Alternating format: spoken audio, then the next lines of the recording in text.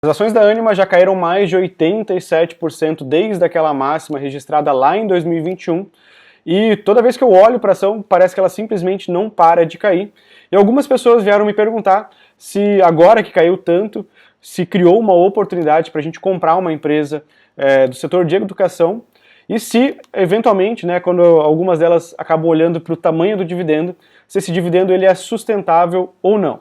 Então a gente vai falar bastante sobre a Ânima, a gente vai falar sobre o segmento de educação no Brasil, a gente vai falar sobre os impactos que o segmento de educação no Brasil sofreu nos últimos anos. Então a gente vai fazer um dossiê completo sobre Ânima aqui neste vídeo. Antes da gente começar falando de Ânima, é importante a gente falar do setor, né? Porque tem muita gente que quando a gente fala em investir em ações do segmento de educação, tem um certo preconceito, né? Ou seja, a pessoa não consegue nem ouvir falar de educação, que ela já simplesmente descarta a empresa, né, sem nem mesmo olhar o valuation, sem nem mesmo olhar os números. Então, nesse vídeo a gente vai destrinchar o segmento, a empresa, o valuation e eventualmente entender se isso pode ser uma oportunidade para você ou não. Eu gosto de dizer que existiram 4 grandes tsunamis que abalaram o segmento de educação nos últimos anos, e o primeiro grande tsunami foi no corte do FIES, né? Para quem não sabe, o FIES é o financiamento estudantil, principalmente focado naquele aluno de baixa renda, né? Aquele que não tem condição de pagar à vista todas as parcelas no decorrer do curso. Então o financiamento estudantil ele vem para baratear esse custo da educação. E a Dilma Rousseff, lá em 2014, fez simplesmente o maior corte da história da educação brasileira, né? Existiam na época lá 731 mil alunos aderindo ao programa do FIES. Houve o maior corte no programa estudantil na história do Brasil, né? Na época, esse número saiu de 731 mil para 252 mil alunos, né? A base estudantil do FIES. Então, esse primeiro corte ele causou um impacto muito grande nas empresas de educação que atuavam na época, né? A gente tem o caso icônico da Croton na época, que foi adquirida, né? Virou o grupo Cogna, e teve um problema seríssimo na época, porque ela era altamente dependente do FIES. Então, essa primeira onda acabou machucando muitas empresas. Então, não bastasse aquele primeiro impacto, né? Aquela primeira onda no corte do FIES, que as empresas estavam bastante debilitadas, né? O balanço estava bastante frágil. A segunda onda foi o aumento na taxa de juros, né? Então você pega ali um balanço alavancado com um aumento de taxa de juros, mais o seu EBITDA, né, o seu resultado operacional caindo, isso tende a ser bastante problemático para a empresa. O terceiro grande impacto que causou um dano aí razoável, né? Na verdade foi um dano bem grande no segmento de educação, foi a pandemia, né? Quando a gente olha para os números, a gente consegue ver que houve uma queda bastante expressiva no número de pessoas interessadas em educação, né, especificamente no período da pandemia. Então, se a gente olhar para os participantes do Enem, né, entre 2019 e 2020, né, a gente percebe que 2020 tem uma queda bastante expressiva, né, saindo de basicamente 3,9 milhões de estudantes, né, que fizeram o Enem, para basicamente 2,6 milhões de estudantes. Então, isso perceba que em apenas um ano, o número de pessoas que iriam adentrar a faculdade, pelo menos no ensino presencial, caiu bastante. E a quarta grande onda do segmento de educação foi o crescimento explosivo do EAD. A gente viu alguns números bastante impressionantes, né? Aqui eu estou trazendo alguns dados de mercado do número de alunos que ingressaram no EAD, e a gente percebe que teve um crescimento bastante explosivo, ele já vinha num crescimento exponencial até mesmo antes da pandemia, mas a pandemia ela acelerou ainda mais esse crescimento, né? Basta a gente ver os dados entre 2019 até 2022, que basicamente dobrou o tamanho do segmento EAD no Brasil, né? Também foram ofertados muitos cursos com uma qualidade bastante questionável dentro do segmento, né? Então, até recentemente uma discussão bastante interessante dentro do segmento a qualidade desses cursos, né? Porque o MEC agora está passando deve passar agora uma nova frente de trabalho, exigindo uma maior presencialidade para que se tenha uma maior qualidade no fim do dia, né, nos cursos oferecidos. Então, a gente percebe que o EAD é o quarto cavaleiro, né, a quarta tsunami aí do apocalipse do segmento, onde houve muita oferta de novas vagas, né, saindo aí de 1.560.000 vagas de EAD entre 2019 para mais de 3 milhões de vagas ao final aí de 2022. Né? Antes de continuar esse vídeo, eu queria te fazer uma pergunta. Você tem hoje alguém de confiança do seu lado te ajudando a tomar as melhores decisões de investimento? Alguém que vai te recomendar os seus investimentos não para receber uma comissão por trás ou daquilo que está na moda no momento, mas aquilo que de fato faz sentido para o seu perfil de investidor, para os seus objetivos financeiros e de vida. Alguém que vai aplicar uma filosofia de investimento sólida, que é o Value Investing, que é a mesma filosofia de investimento do Warren Buffett, do Luiz Barsi. Você tem alguém hoje que vai te ajudar de fato nisso? Se a sua resposta for não, eu queria te fazer um convite. Se você está com dúvida na hora de investir, se você precisa de alguém ou não tem tempo para te ajudar a fazer os investimentos, eu queria te convidar a conhecer a minha consultoria de investimento, que segue em 3 princípios muito sólidos. O primeiro princípio é alinhar o seu portfólio atual com seus objetivos financeiros. O segundo princípio é recomendar para você ativos para o seu portfólio utilizando uma premissa muito básica chamada de Value Investing, que é basicamente selecionar ativos bons e baratos que pagam dividendos. E o terceiro princípio é garantir que a nossa relação seja completamente livre de conflito de interesse. O meu foco no fim do dia é garantir que o seu patrimônio cresça, porque conforme o seu patrimônio cresce, a minha remuneração, que vai derivar do seu patrimônio, também vai crescer. Então existe um alinhamento claro de interesse. Então se você quer investir com segurança, tranquilidade, com rentabilidade, me chama agora no WhatsApp que eu vou te explicar, sem compromisso nenhum, como é que funciona a minha consultoria de investimento, como é que eu posso te ajudar a investir baseado naqueles 3 princípios. Agora vamos seguir para o vídeo, porque eu quero te explicar o que é a Anima, quais são os números da Anima, se eu acho que pode ser uma oportunidade depois dessa queda toda, se eu acho que vai ter dividendo, tá? Aqui a gente consegue ver uma apresentação breve da Anima. É uma empresa que hoje basicamente tem 25 marcas, né, são 70 campos de educação, 380 mil alunos. Ela está distribuída nos 3 grandes segmentos de educação, que é o segmento tradicional, ensino superior tradicional, ensino de medicina, e a gente sabe que medicina tem uma peculiaridade, porque o estudante de medicina, quando ele entra na faculdade, ele raramente sai, né, então a gente vê que os índices de evasão no segmento de medicina é muito baixo, e também tem a parte do IAD, que representa um pouco menos. Então se a gente fosse distribuir as 3 caixinhas, né, o segmento de educação tradicional aí representa 57% da receita total. A Inspirali, que é a parte de medicina, representa 36%. E a parte do EAD, né, o ensino digital, representa apenas 7%. Tem algumas marcas bastante fortes, né, como o Learning Village, a Le Cordon Bleu, para quem já assistiu o MasterChef, já deve ter ouvido falar na Le Cordon Bleu. Tem a parte da Singularity, né, uma parceria com o Google, com grandes marcas. Então, a Anima, de fato, é uma empresa, uma instituição de ensino muito grande.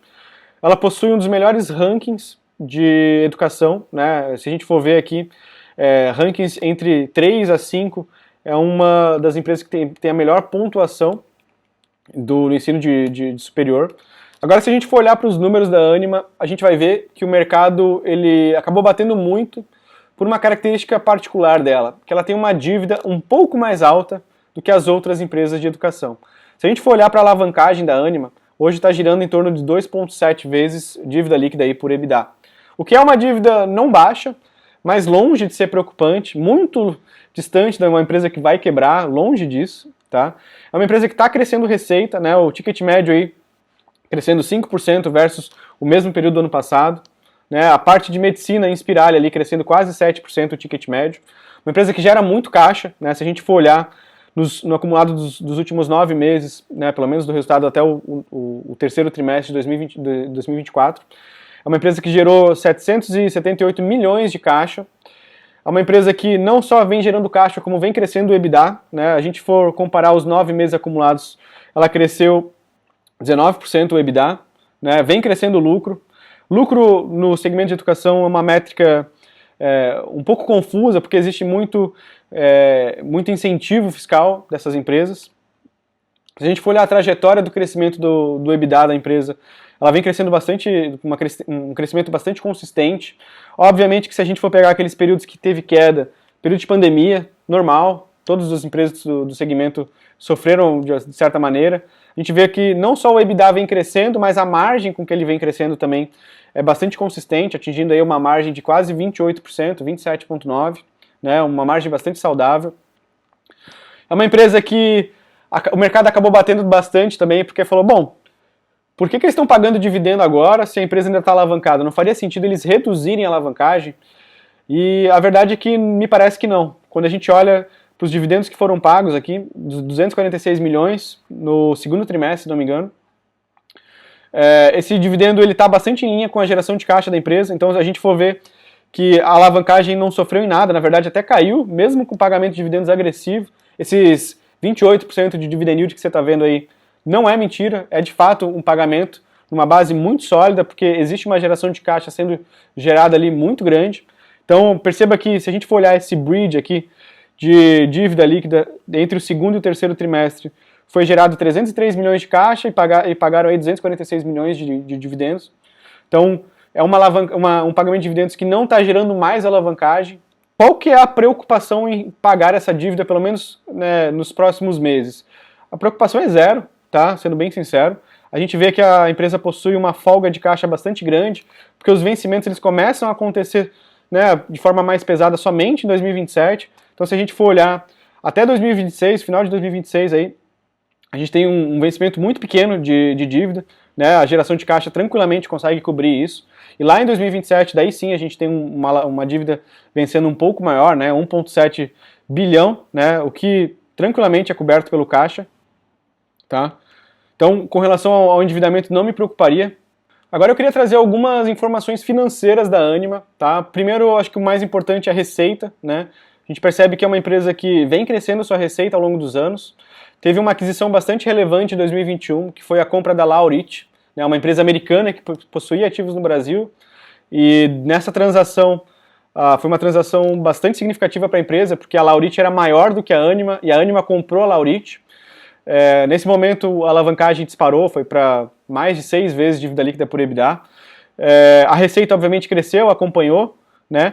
Mas ela passou por uma surpresa, porque no momento da aquisição o juros estava em 2%, e alguns meses depois o juros foi para 14%, que dificultou bastante o pagamento dessa dívida, e esse pagamento essa redução da alavancagem está terminando agora só, né? A empresa conseguiu tirar um patamar de dívida bem elevado para agora um patamar bem mais razoável.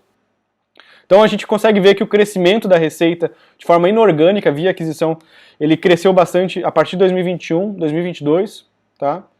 Os outros dados financeiros que me interessam bastante aqui são o EBITDA, tá? Vamos olhar aqui para o EBITDA, o crescimento do EBITDA. Olha que escadinha maravilhosa, né? A gente consegue ver que todo ano a empresa vem crescendo o resultado operacional, né? Além do resultado operacional, a gente consegue ver também com relação à geração de caixa da empresa.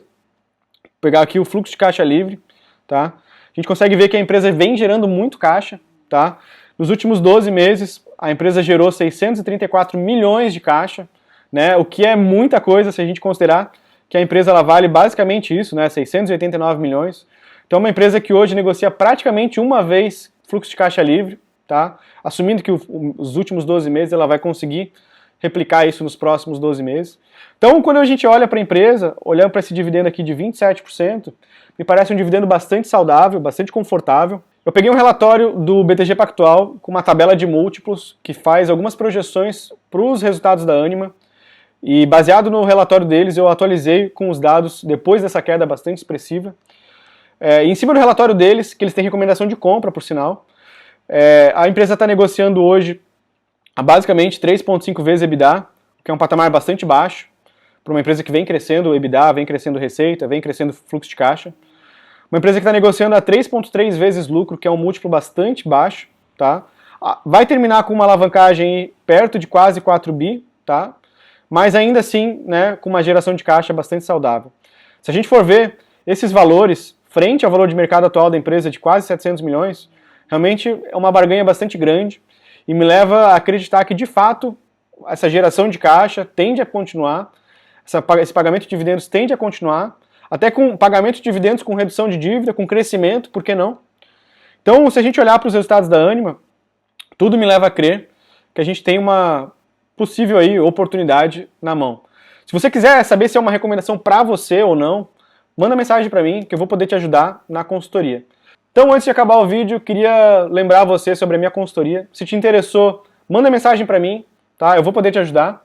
Então, se você gostou desse vídeo, deixa o joinha, isso me ajuda bastante. Se inscreve no canal, comenta o que você acha das ações da Ânima, se você investe, se você não investe, se você investe em uma outra empresa desse segmento, ou se você se interessa por uma outra empresa que eu ainda não comentei no YouTube. Meu muito obrigado e desejo a você ótimos investimentos. Valeu!